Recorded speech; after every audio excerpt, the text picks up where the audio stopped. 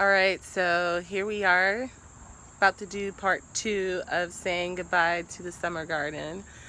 It is so bittersweet because my garden was just amazing this year. This has been one of my better growing seasons of all time,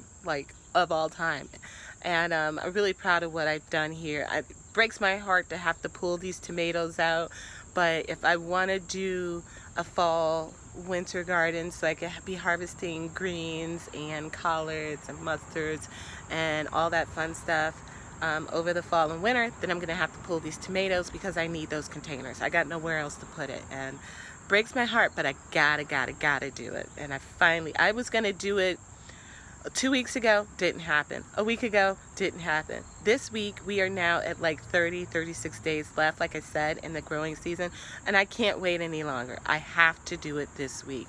And I'm pushing it because my plants might not be established enough to make it through a frost. I do plan on covering them, but you really want your fall plants to be established before the frost comes, is what I've researched and found out, and so I'm really cutting it close. But I am going to take measures to extend my season as best as I can and as cheaply as I can, because that's who I am.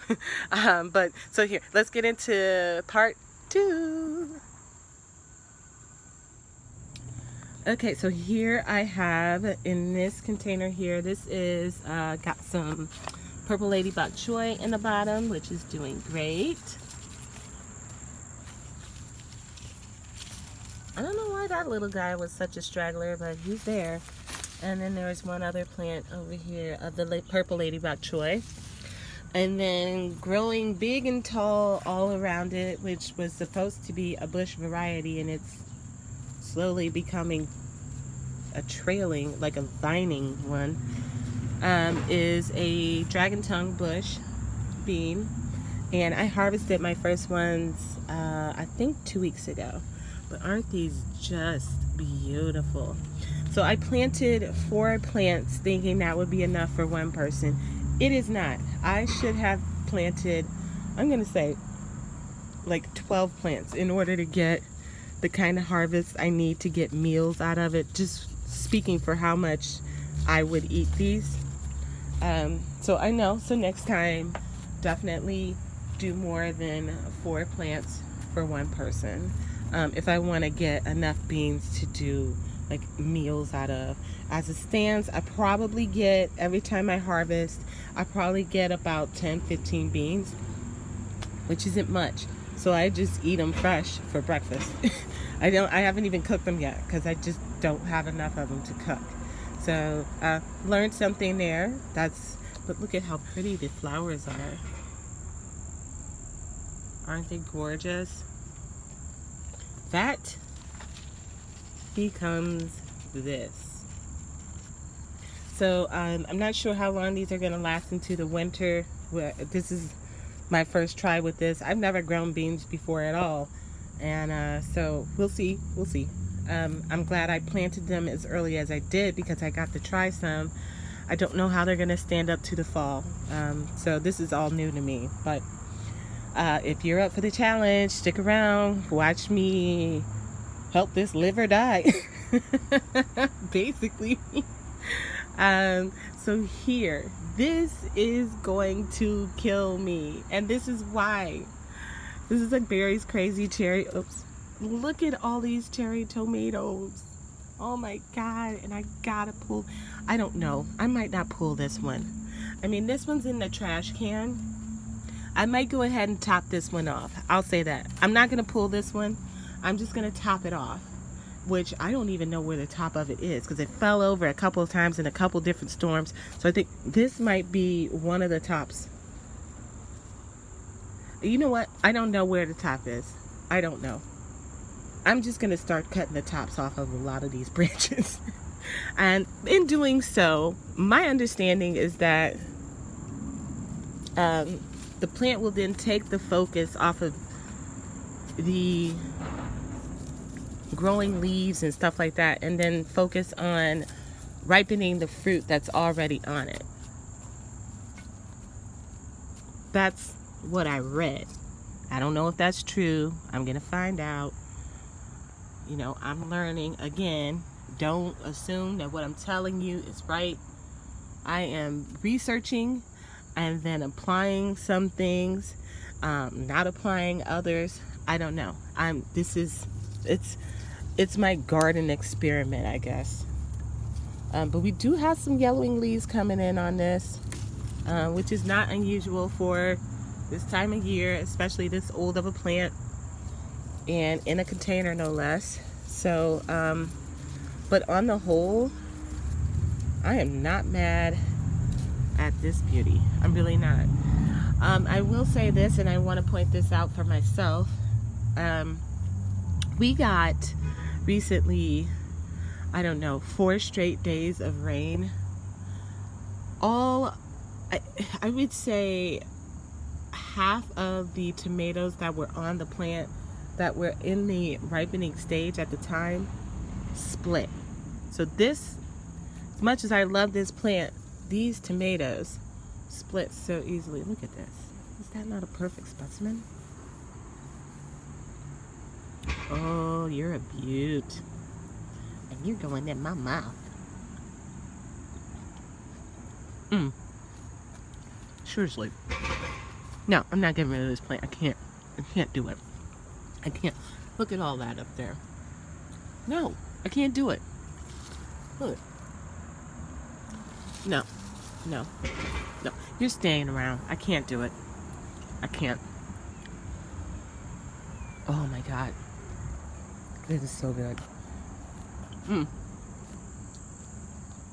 Okay.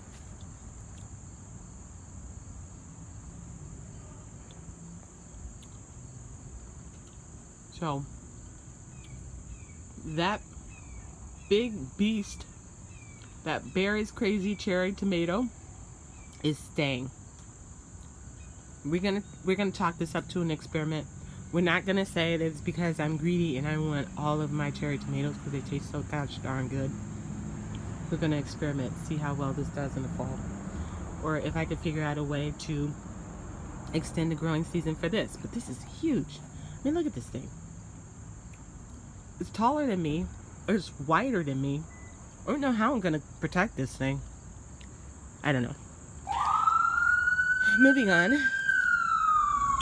So guess who lives around the corner from a firehouse? This girl. So that happens occasionally in my videos. Sorry about that. So here I have a mustard, a red giant mustard. I harvested off of this 3 days ago, so it's looking a little bare, but it's doing really good. Note to self, I definitely want to plant more of this. That's why I'm pulling these tomatoes, so that I can have space to plant more of this. I am in love with this. This is so good.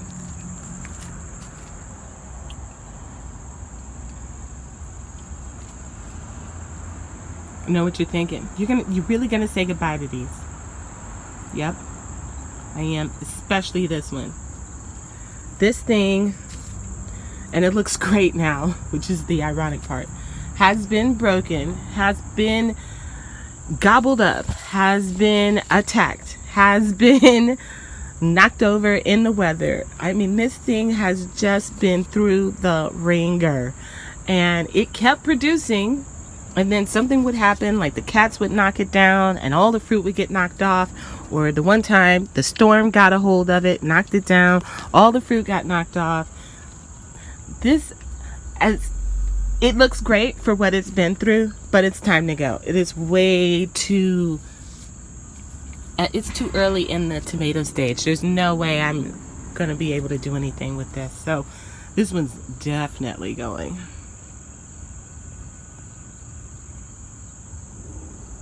I seriously think I only harvested about maybe 5 or 6 tomatoes off of this plant. And it's been going for the whole season. It's just had a stroke of bad luck after bad luck after bad luck, or stroke after stroke after stroke.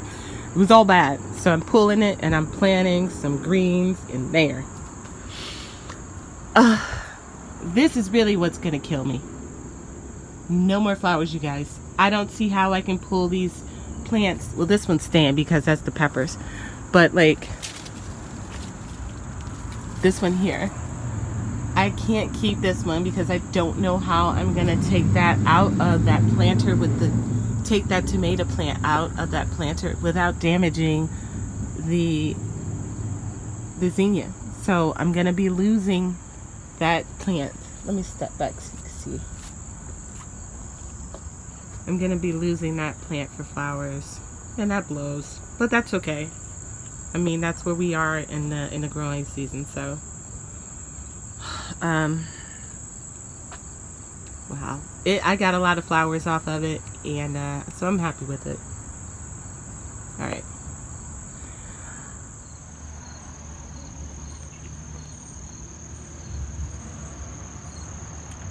All right, so last but not least, and as you can see, we got some rain, but I could not talk about the coleus and the petunias that I had going on the whole season.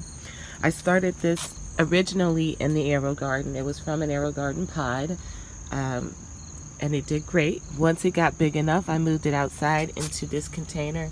It was probably, I'm gonna say, maybe 6-8 inches tall, and look at how well it's done. This is well up to my hip probably, so I'm gonna give this a good 2.5-3 feet. That's how big this plant is. The camera doesn't do it justice. It's starting to show some signs of wear, and I've been taking cuttings off of it. I'm trying to root it. I've been trying to root it in water so far, and it hasn't been working. So today I'm going to be taking some cuttings and trying to root it in soil. I have some rooting hormone that I usually don't like doing that. I usually like doing the water method for propagation because it's so easy. You don't have to put anything in it. And I always get worried that I overdo it with the rooting hormone. But since water isn't working for me right now, I'm going to have to give it a try. So I'm going to do that because I do want to take a piece of this in the house to have it for over the winter. It's a nice curly plant, or I'm sorry, colorful plant. And I think, you know, I would enjoy looking at that throughout the whole winter season. And then this is a petunia, which was looking absolutely stunning before it rained, and now not so much. But you know, I don't know if I ever posted it, but I do have a video of me performing maintenance on my petunia. And what I did in order to keep these looking like showroom new the whole summer was I was pruning it back constantly. And then also whatever I pruned off, and if it had flowers, you know, like this and stuff, I would just go ahead and clean the stems off so that nothing would be in the water besides the stems, and then have fresh flowers. I use them as fresh flowers in the house and at my office. So I'm definitely going to go ahead and link that if I've already posted it, and if not, I'm going to go ahead and post it. So be on the lookout for that video as well. But both of these were great performers for me throughout this whole summer. This was just my pride and joy. That's why it's right here. I could see it from every angle. And when I was coming home from work, I could see it from, you know, walking up to my door. I could see it sitting anywhere on the patio. I could see it standing on my porch. I mean, I just wanted that thing in my line of sight because I was in love with it. Coleus has long since been a favorite of mine as far as plants go, and that goes back years. I've always loved Coleuses, and now they have so many different ones. My mom's favorite Coleus, I believe, is called a lime Coleus. It's got, as the name would suggest, like these lime green leaves. It's beautiful. Yeah, I'm sad to see it go. I'm not gonna pull this. I'm just gonna let it die off because, again, I'm still trying to get some of it to root. So it's hanging in there. It's hanging in there. I don't know how much longer, but you know, it's not going anywhere by my hands. Put it that way.